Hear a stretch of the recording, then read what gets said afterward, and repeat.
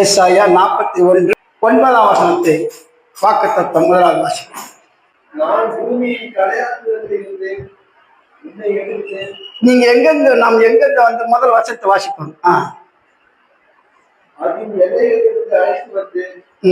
நீ என் தாசன், நான் உன்னை தெரிந்து கொண்டேன், நான் உன்னை வெறுக்கவில்லை என்று சொன்னேன். போதும். ஆண்டவர்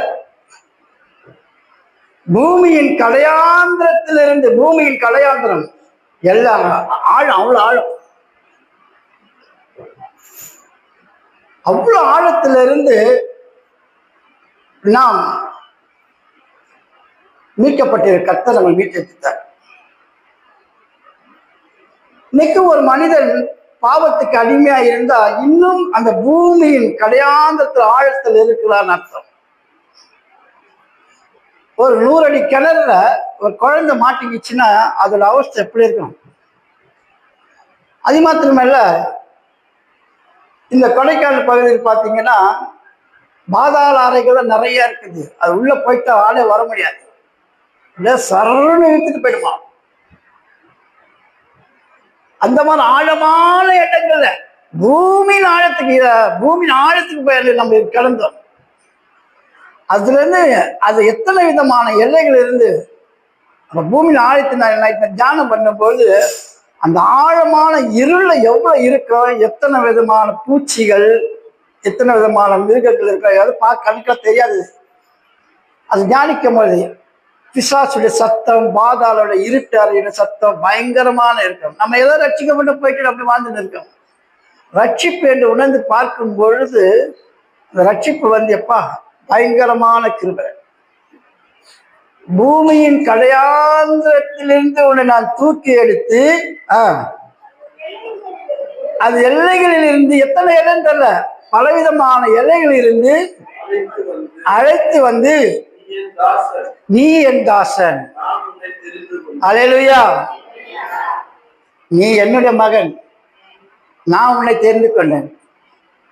அந்த எவ்வளவு பெரியவா அருமையான வாக்குத்தத்தம். நான் உன்னை தெரிந்து கொண்டேன், நீ என் தாசன், நான் உன்னை வெறுத்து விடவில்லை. வெறுத்து இல்லை என்ற வார்த்தை தான் ரொம்ப டச்சானது. இன்னைக்கு அநேக மனிதர்கள்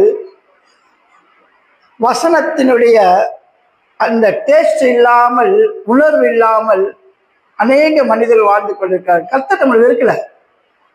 எத்தனை முறை நீங்கள் பலவிதமான பலகீனப்பட்டு பின்வாங்கி போயிருந்தாலும், ஆழத்துல போயிருந்தாலும், நம்மளால இந்த பாவம் விட முடியாது, நம்மால இந்த பாவத்திலிருந்து விடுதலை கிடைக்காது என்று உன்னை நீயே ஆக்கினைக்குள்ள தீர்த்துக் கொள்கிறார். ஆனா கர்த்தர் சொல்கிறார், உன்னை தூக்கி எடுத்து நீ என்னுடையவன், நான் உன்னை தெரிந்து கொண்டிருக்கும்போது அவன் வந்து உன்னை தூக்கி போயிட்டு போக முடியுமா?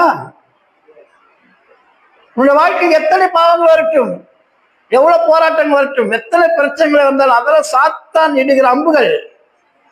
அதெல்லாம் கர்த்தர் பார்த்துக்கிட்டு வேடிக்கை பார்த்துட்டு இருக்க மாட்டார். ஒரு காலம் வரும், ஒரு நேரம் வரும், கர்த்தர் தூக்கி எடுத்துருவார்.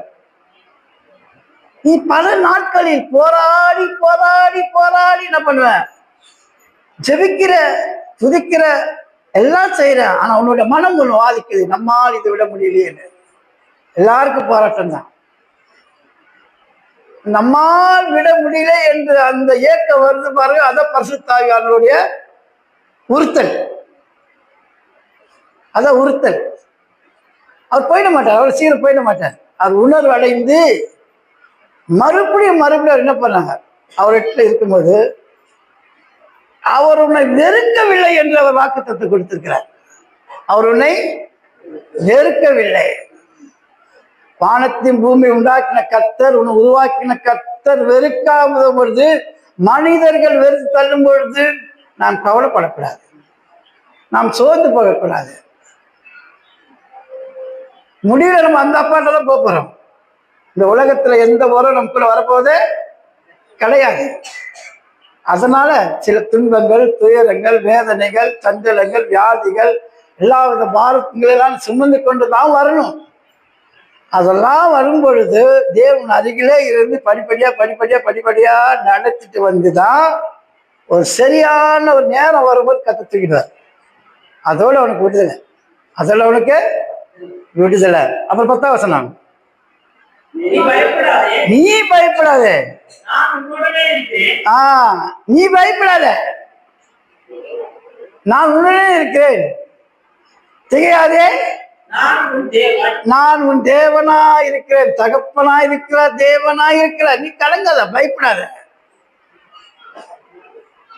அந்த நம்பிக்கையில் தான் விசுவாசிகள் எல்லாம் பரலோகத்துக்கு போவார்கள் என்று ஒரு கடினமான உபதேசத்தை கொடுத்து கொடுத்து என்ன மரண தருவாயில் இருக்கும்போதே அவர்கள் நிச்சயமா மனம் திரும்புவார்கள் என்ற விசுவாசம் எனக்குள் இருக்கிறது. அல்லேலூயா. அது மாத்திரமல்ல, ஏசாயா 44ஆம் அதிகாரம் 1ஆம் வசனத்தை வாசம் 1-2. இப்போதும் என் தாசனாக யாக்கோபே, நான் தெரிந்து கொண்ட இஸ்ரவேலே கேள். உன்னை உண்டாக்கினவரும் தாயின் கர்ப்பத்தில் உன்னை உருவாக்கினவரும் உனக்கு துணை செய்வருமாகிய கர்த்தர் சொல்கிறாவது, என் தாசனாக யாக்கோபே. அப்ப யாரு உங்களை யாரு தெரிந்து கொண்டா? அங்கே தெரிந்து கொண்டார, இங்கே தெரிந்து கொண்டார்தான். அவர் தெரிந்து கொண்ட பாத்திரம் எத்தனை முறை வீழ்ந்தாலும் தூக்கி தூக்கி நிறுத்துறார். அல்லேலூயா.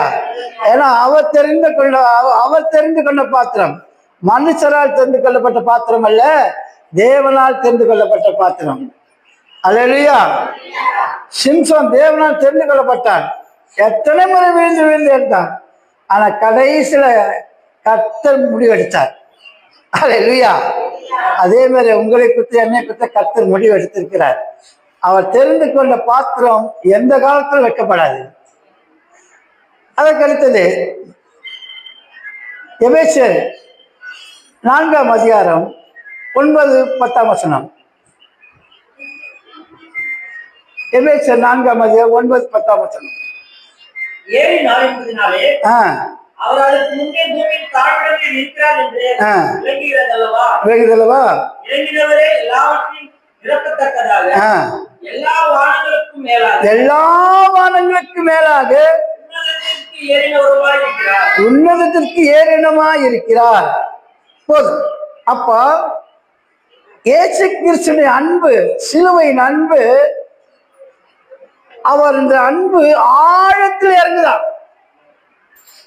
ஆழத்துல இறங்குற நாம் எந்த அளவுக்கு ஆழத்துல விழுந்துட்டோமோ அந்த அளவுக்கு அவர் ஆழத்துல இறங்கி இருக்கிறார். சும்மா நம்ம பர்வத்துக்கு போயிடல. அவரு தளத்துக்கு எப்படிப்பட்ட மனிதனையும் மீட்பதற்கு எவ்வளவு ஆழத்துல மாட்டி இருந்தாலும் நான் தூக்கிட்டு வருவேன்.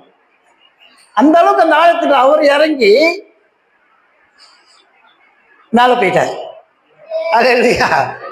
உன்னதத்துக்கு ஏறிவிட்டார். அல்லேலூயா. அந்த மாதிரி எந்த சூழ்நிலையிலும் சோர்வு அடையாதீங்க. கர்த்தர் மேல தூக்கிடுவார்.